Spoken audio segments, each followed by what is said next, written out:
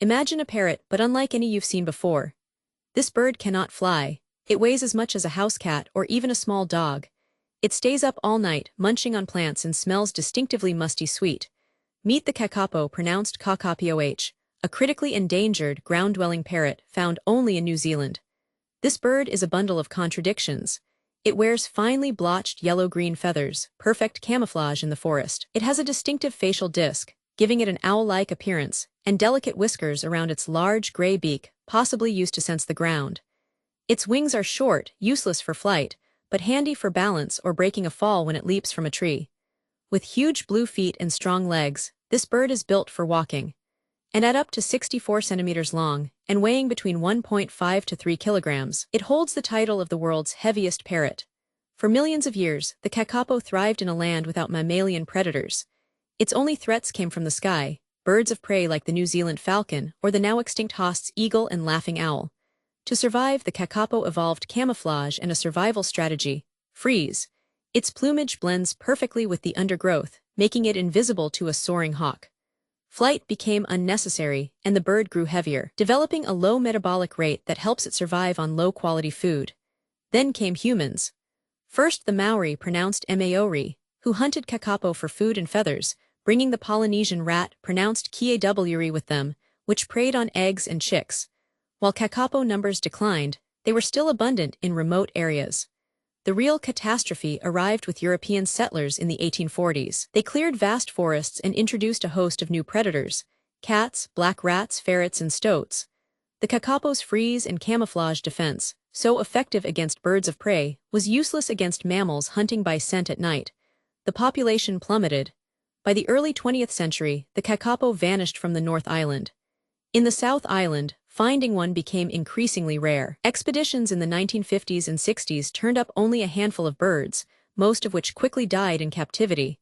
Scientists grew desperate, fearing the species was on the brink, especially as every bird found seemed to be male. Was this the end for the owl parrot? In 1977, hope arrived from an unexpected place. Stewart Island, also called Rakiura, pronounced Rakioora, off the southern coast. An expedition found tracks and bowl signs of lek breeding, and then dozens of Kakapo. Crucially, many were females. The population was estimated at 100 to 200 birds. However, feral cats were also present, killing Kakapo at a devastating rate of 56% per year. The immediate threat was clear: move the birds to safety. Recognizing the urgency, New Zealand established the Kakapo Recovery Program in 1995. The strategy was clear and intensive: find every single Kakapo, move them to predator-free island sanctuaries, and manage the population meticulously. Over the years, Kakapo were translocated to islands like Maud Little Barrier Codfish, known in Maori as Wenuahu, pronounced Fehnua Mana Chalky, known in Maori as Te Kakahuota Media, pronounced Te Kahu o Tamatea, and Anchor Island. The process was challenging, requiring repeated predator eradications on the islands, but it was the birds' only chance. Survival wasn't enough. The Kakapo needed to breed. Being long-lived, they reproduce slowly, only every 2 to 5 years when certain native trees, like rimu, pronounced ariimu, fruit heavily.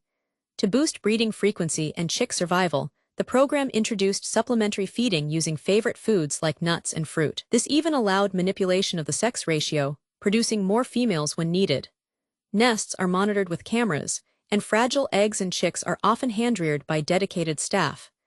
Every single known living Kakapo is named and fitted with a radio transmitter.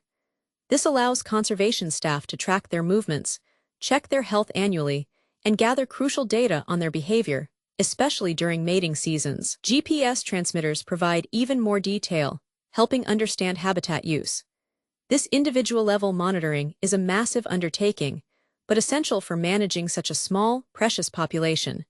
Under the intensive care of the recovery program, Kakapo numbers have slowly climbed from a low of 51 individuals in 1995.